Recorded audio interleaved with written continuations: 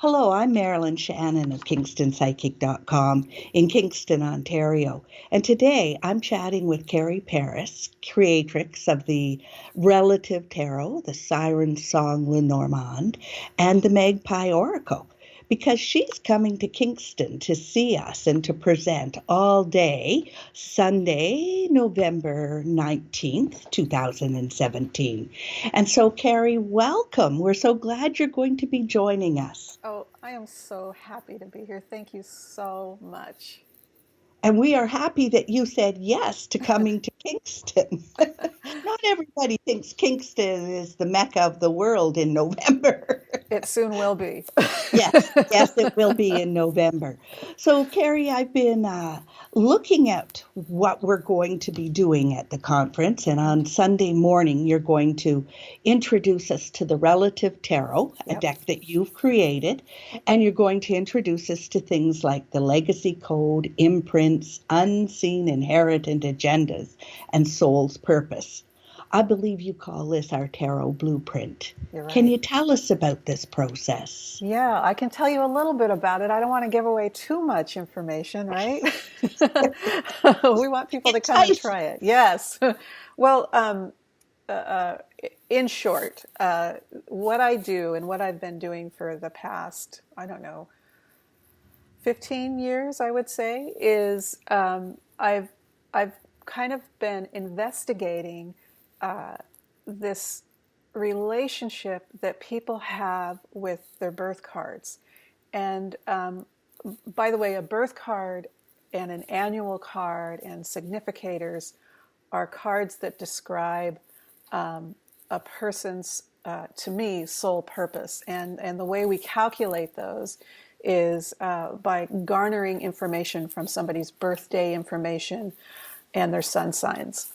And we'll go into that more in the conference, and I'll be showing people how to calculate that. It's actually quite simple, but the information is quite revealing and significant. So what I noticed over the years is that when people start, mapping out their birth cards, they instantly want to also glean the information in the birth cards from their significant others, their family members, and then their relatives. And so over the years, I started doing that with them, and I developed what's kind of like a family tree. So if you have the birth information from, all of your ancestors, or as far back as you can go, surprisingly and wonderfully, I noticed that there are themes, common numbers that run throughout family trees. So, for example, I'll give you a really close to home example. My husband is a Chariot. His father is a Chariot. His grandmother was a Chariot. My husband's daughter is a Chariot. And her mother is a Chariot. And I know.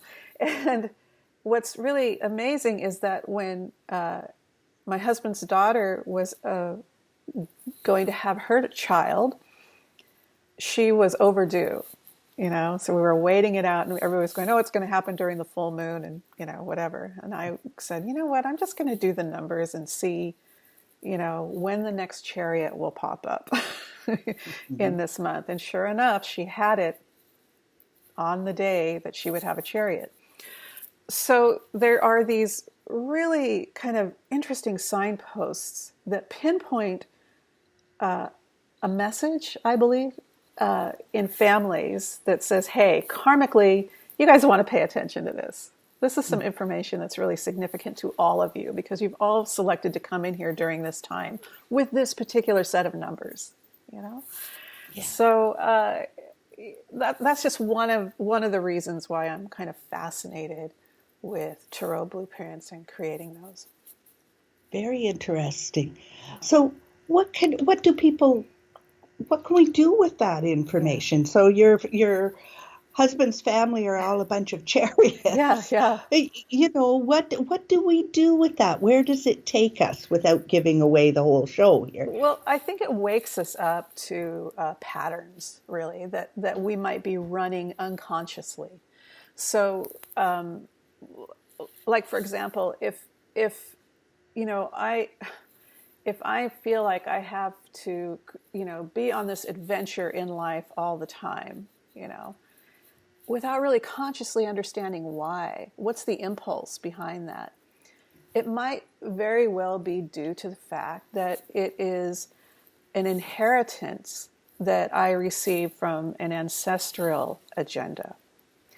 So when we start to wake up to the idea that, hey, this type of adventure isn't really what I really am passionate about, and you investigate that, like, oh my gosh, this has been the dire desire from somebody else in my life, and I'm just running that story for them. You begin to become very conscious of that, and you separate from their story, right? So that you can kind of step into your own. Mm. And that, to me, is what the birth cards, the annual cards, and the court cards do for people at a reading. It wakes them up to their soul purpose that is beyond the ancestral agenda or the cultural agenda. That's another one. There's so many agendas out there in the world that we do have an imprint with. And so when we can wake ourselves up to that, or wake up our clients to that, it's very liberating, and it's kind of frightening for a lot of people at the same time, because they have this whole new identity to consider. And once they really tap into that, that's when the ball really seems to get rolling. It's pretty exciting stuff. So these workshops this Sunday morning will be very personal. Oh, yeah. Yeah, deeply personal. Deeply personal. Some aha moments. Yeah, but that's what this conference is about, I believe. I think one of the lines that you have in your descriptors on the website is that we're going to take care of you. This is a conference where people can really assimilate the information. They'll have the time to really go deep and assimilate it and feel grounded in it, so that they can go home with it and use it and be it and do whatever they want with it. My goal is not to have them feel so overwhelmed that they can't do anything with the information, but to really absorb it and become a carrier of it if they choose to. Wonderful. So I have a couple of, I'm a Virgo, so there's our nitty gritty questions. Yay. Do I have to, should I have studied tarot for 40 years so I can do this stuff? No. No, in fact, I believe that learning about the birth cards is the easiest introduction into learning how to read tarot. And I wish I would have known this first. Yes. I really, really do. Yes. Because it just gives you such a personal identity with the cards. You can find yourself in the cards because you found your personal your personal archetype, your soul imprint in there. So no, you do not have to have that kind of yearly experience. Wonderful. And do I have to be an algebra wizard or a mathematical wizard? Because, no. I confess to Joanna, I'm not an artist, but I'm even worse at math. So. Welcome to my world. Yeah. Yeah, no, you do not. And what I love about this particular workshop is my web designer, Gabe Merrihew, and I put together an online calculator that makes it really, really easy. So you just punch in your birthday and your birth information, not time. You don't need the time. And the calculator will reveal to you what your birth cards are. Boy, so we'll have that there at the conference. And if they don't have, the mobile device to do that, I'll show them how to do it with a good old-fashioned pencil and paper, which is very simple. So we're going to figure these things out. Yep. On Sunday morning at the conference. What else are we going to be doing? What are we going to do with this? So once we have this information, what I also want to do is introduce people into the mediumistic aspect of this. And I call this light medium work, by the way, where people can actually have a conversation with the ancestor that might be influencing their personal drive. And we'll do that through a skill known as psychometry, which is where you pick up on the imprint of an image and you garner information from that. And we'll also do some really light and very easy automatic writing where we'll take dictation from the ancestor that wants to write a letter to us that is helpful and useful. Wow. We tend to think of tarot as a tarot reading. Yeah. But for you, obviously, and the rest of us when we join you that Sunday morning, is tarot opens a door to many, many things. Yeah, absolutely. So we're going to be opening tarot doors, is what I'm hearing. Yeah, and or, also the tarot doors are going to be opening us to our calling, our mission. Yes. Yes. And I love the fact that you're putting on a conference that again is really geared towards people opening up to these things so that they can embody it. They can really embody it. So imagine what it would be like if you connected with you had the time, first of all, to connect with your mission, and then from there to create a plan of what you can do with that. So we'll be looking at that as well. Wow. I'm so excited. I mean, I was excited before, but I'm really excited. And I'm glad it feels like something to be doing on Sunday morning. Yeah. In November, and we'll be, as we've talked about, on the new moon in Scorpio, and that diving deep into our ancestry. Perfect. Yeah. Yes. And yet, when we dive deep into the ancestor connections, the purpose, at least for me, is to sort me out and to help me step into me, which is what I'm hearing we're going to do. Yeah. Yes. I love the way you put it. Yeah. Thank you. Wonderful. It's so exciting. So tell me, what are you looking forward to the most about coming to Kingston and the conference? Well, besides reuniting with so many people that I adore, respect, and love, I'm also looking forward to meeting a lot of new people and divining with them in this very relaxed, open, safe, supportive atmosphere. And, I know that Gail Wood is going to be performing a ceremony. Is that correct? There. Yes. And Shelley Carter, who are just such amazing women, right? And then I can't remember the woman's name, the Hawaiian...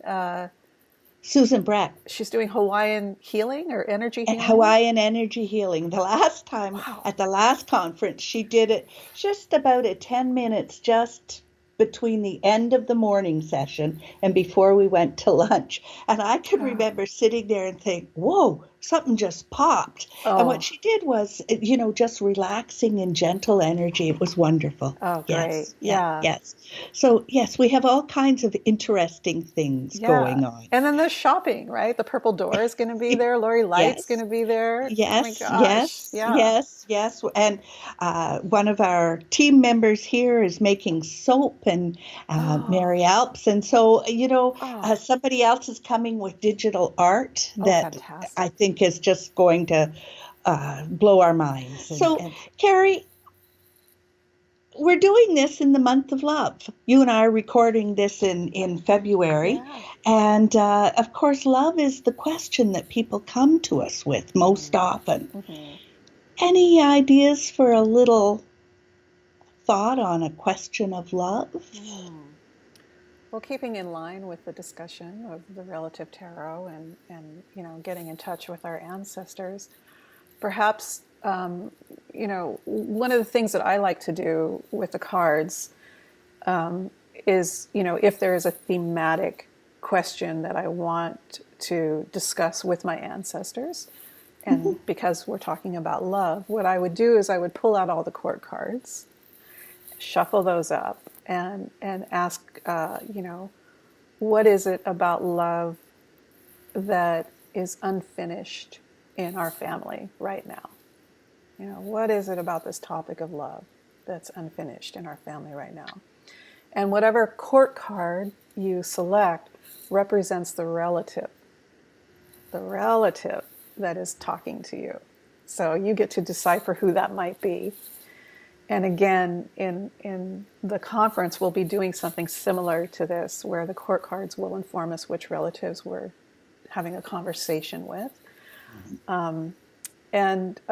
Look at the hair color, the eye color, the masculine or feminine aspect, the childness of the page, the loyalty of the knight, the responsibility or maturity of the king and queen, and just ask them simply, what is the love message that feels unfinished in our family line right now? And then the next question you pull from the rest of the deck, which is, how can I be helpful or useful in my heart to bring closure or awareness to this love message? Right? Mm-hmm. Sounds wonderful. Give it a go. Sounds wonderful. Yeah. Let me know what happens.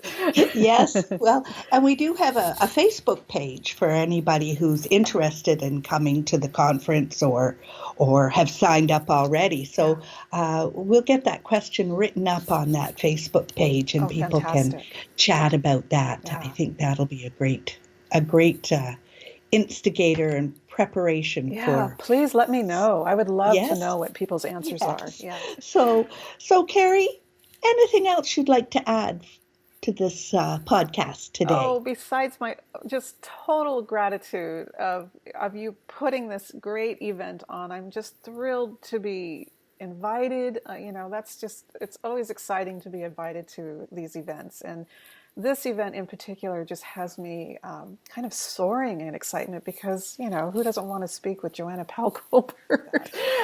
So thank you. I really appreciate it. And I know that if people are on the fence, and I know what that's like about attending a conference, all I have to say is this is one you really want to go to.